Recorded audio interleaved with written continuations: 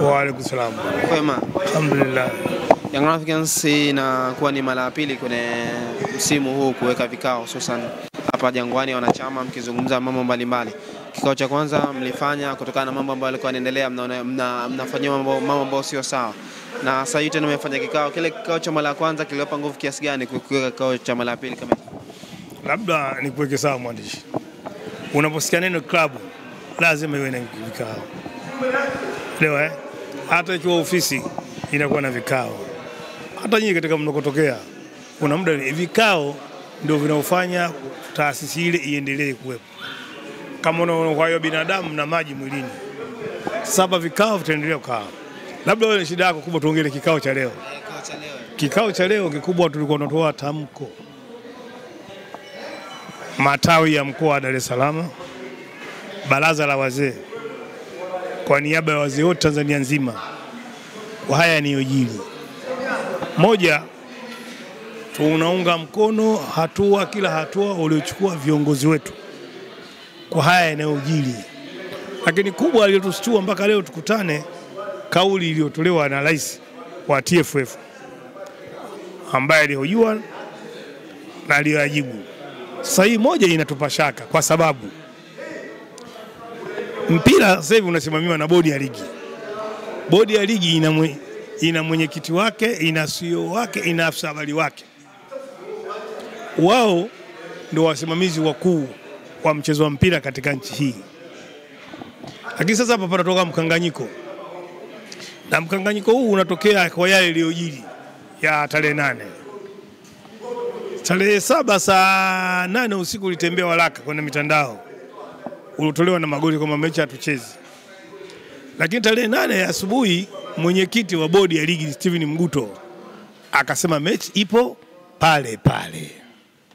Saa 5 wakatoa msitizo na waraka wakatoa mechi iko pale pale. Saa 8 mchana anasema mechi haipo. Sasa yule aliongea saa 8 usiku, huyu wa saa 2 akasema hapana mechi ipo. Saa 5 wakatoa msitizo na watu wakaenda kukata tiketi. Sasa mechi haipo. Kwa kigezo kipi? Kanuni wamepanga wao. Kwa hiyo kanuni kabla ligi ndio huwa zinapangwa, lazima ziheshimiwe. Pametokea nini katika nchi hii? Kubwa iliyotokea kwamba mpaka mechi siwepo. Kwa zile sababu anasema uvunjifu wa amani na viashiria vya rushwa. Kuna uvunjifu wa amani. Kwa hiyo pale kuna athari yote iliyotokea. Kuna mtu kafa pale kwa pigwa. Kuna mali zilizoharibiwa. Kuahirisha mechi ni masaa 72. Sawa. Iweje uone kwamba hawako pamoja kwenye kamati yao, mmoja wapo kajiuzuru, Filimon Ntalaijwa. Sasa ni vizuri viongozi wetu wakaona isiwe shida. Wamefuata taratibu zile zile kuandikia bodi ya ligi kutaka ufafanuzi. Kwa sababu zao wanazojua wenyewe hawakujibu. Kinachofuata viongozi wetu wamekwenda kushtaki katika mahakama ya soka CAS, na huu ni utaratibu uliokuwepo. Na hii imethibitishwa rasmi, kesi iko CAS. Ni kweli. Sio wametania. Wameframe kesi na wamelipia. Na jaji washamtaja ni Mfaransa mwendo akasimamia. Yaani kweli baadhi ya vyombo wao wametoa nukuu huyo. Kinachotokea hapa, anatokea mtu anajua kwa nini wasije kwetu, haya mambo ya kukaa, busara, hekima vimepitwa na wakati. Ifahamike, klabu hii tumeonewa kiasi cha kutosha. Unyonge wetu umefanya tuonewe. Tunasema sasa basi, labda nyinyi ni wasaidie eneo ambao niliongea nyuma sikulisema. Ligi yetu hii 2002, katibu mkuu Mwina Seif Kaduguda, TFF ndio Yanga wanacheza kombe la Mapinduzi Zanzibar. Likapelekwa jina la Simba na Mtibwa kwenye uwakilishi. Tukaona labda ibati, lakini ilitokea tena wamepanga ligi hapa, jina la Yanga halimo. Au amkumbuki waandishi wakasema tumesahau. Hivi nani anaweza kumsahau babake? Utapotaje jina lako kama utaja ujibini wa babako? Kama wewe mtoto mjue babako, wewe una nizamu. Yanga ndio baba wa mpira. Sio baba wa mpira tu, hata hii ndio klabu ya kwanza. Somo wote vitafuata. Hii 1935 Yanga wanabadilisha jina. kutoka New Star wanaitwa Young Africans Sports Club. Sunderland 36 kama unavyoona mtaa Morogoro Ilala ukipita pale. Kuna bango limeandikwa Ilala Staff. Miaka yao mmoja. Lakini kwa kiburi cha mtu kama mimi nimesahau jina la babu.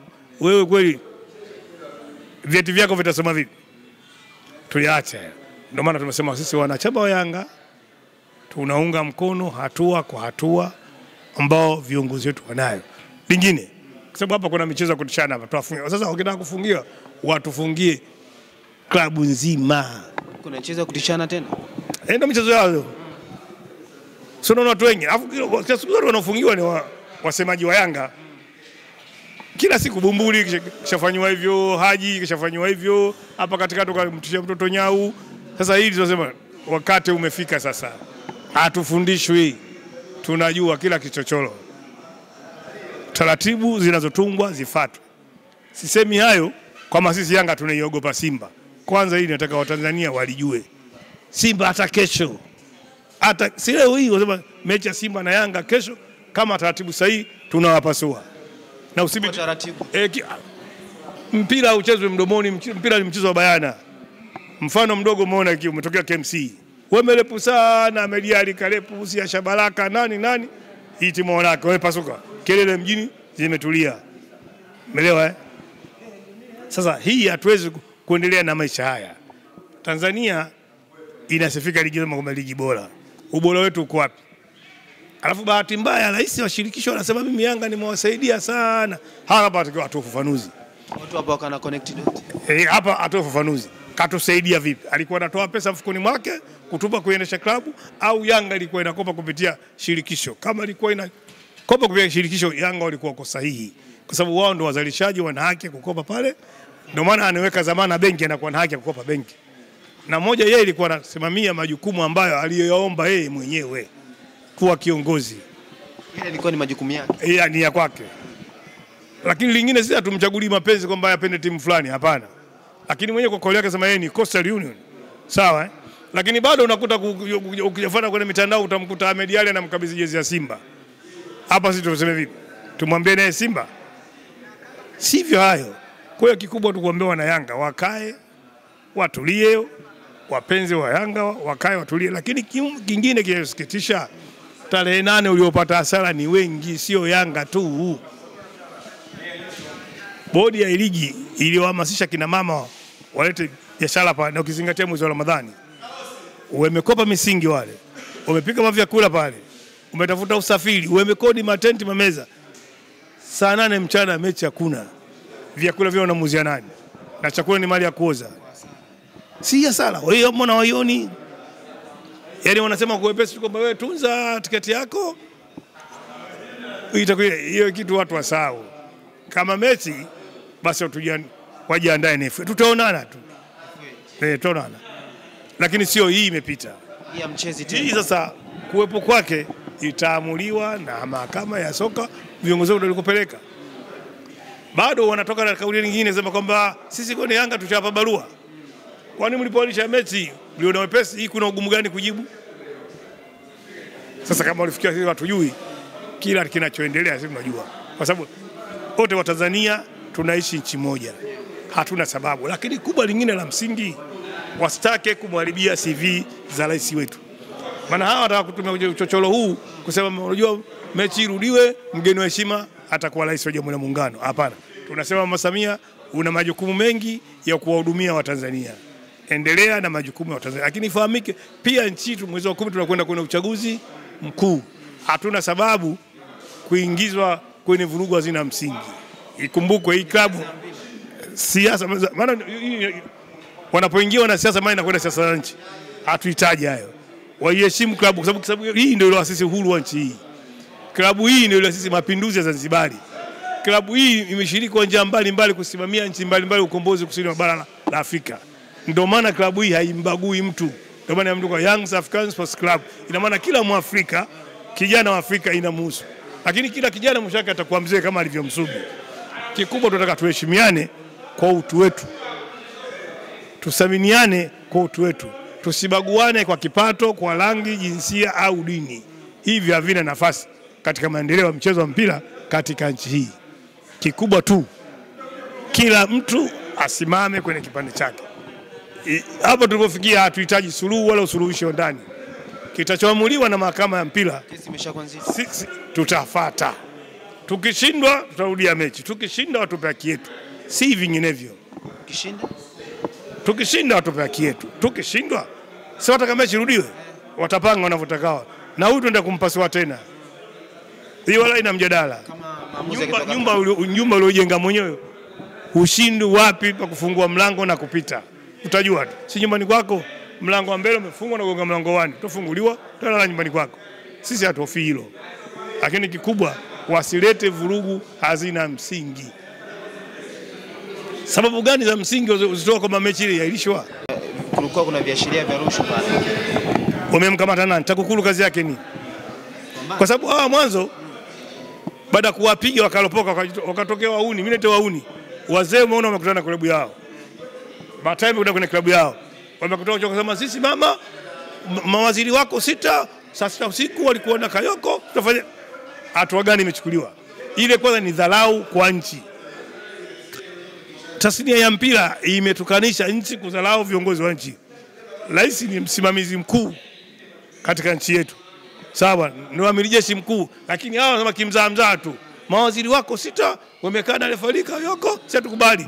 Tunatoa siku 7. Siku 7 zimepita. Kauli gani shirikisho limesema? Kimya.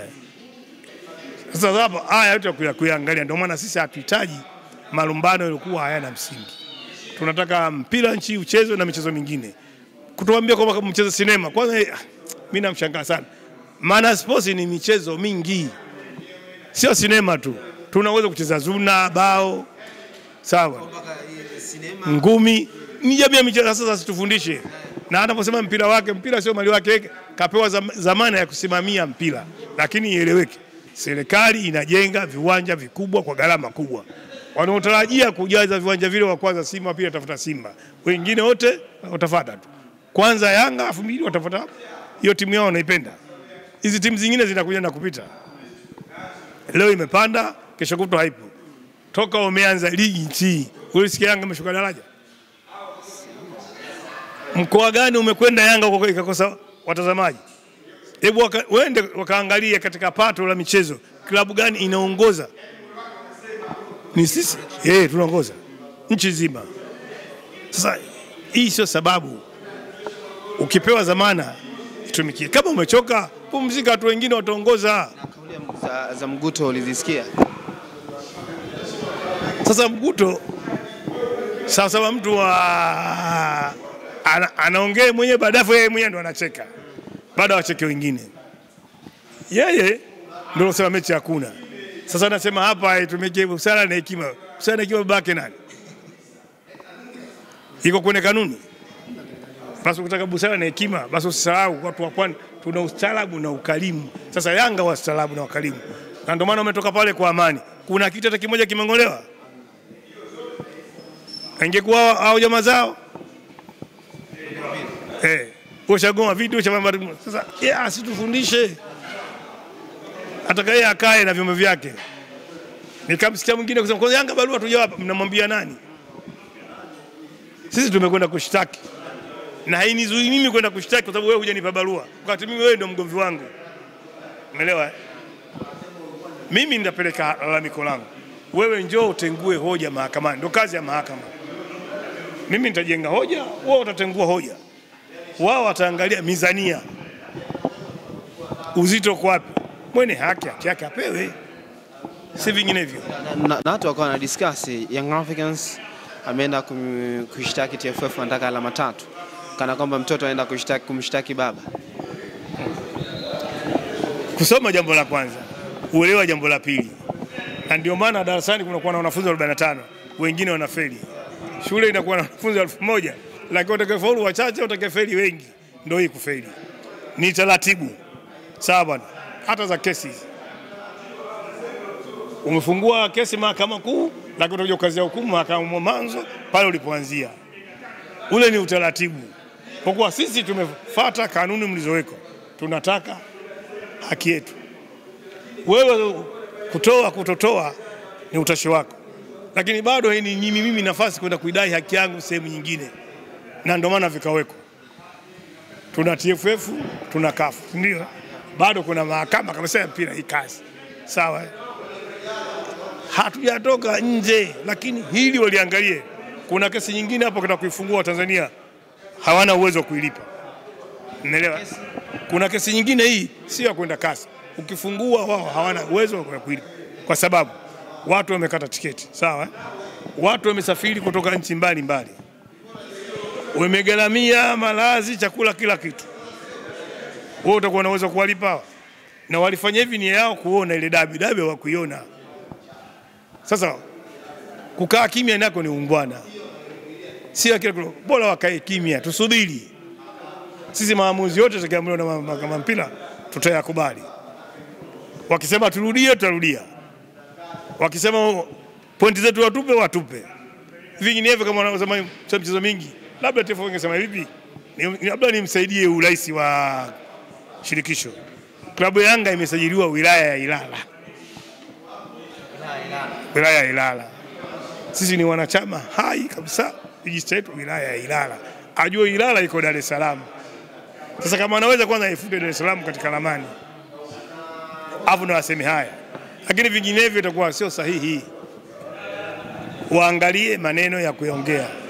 Haya maneno yanasambaa, jamii yote inasikiliza, inaona haipendezi. Mwisho yote haya inakuwa aibu. Tusingependa iwe aibu, kwa sababu tunataka kuandaa chani hapa. Sasa wasije wakavuruga mashindano yao kwa kisingizio Yanga. Sisi uwezo wa kudai haki yetu upo na tutadai kwa misingi halali, bila vurugu, bila kumtusi mtu, bila kumdharau mtu. Na ndio maana mechi zingine zote tutacheza, lakini hii moja hii haipo, imekwisha. Ndio maana FA tumecheza, tarehe 2 tutacheza ligi na Tabora, tarehe 7 tutacheza na Coast, tarehe 10 tutacheza na Azam mwezi wa 4. Hizi zingine zote zitotwanga kama kawaida, lakini hii watu wasahau. Na hata wale wana misemo ya kejeli, nyewe mmeogopa mbuzi. Mbuzi kitoweo. Sasa kama tunaua Simba tuogope mbuzi? Mara ngapi Simba tunamua? Mara 4 mfululizo. Hii ya 5 kakimbia hii. Basi hata msituni Simba huaga wanakimbia fisi.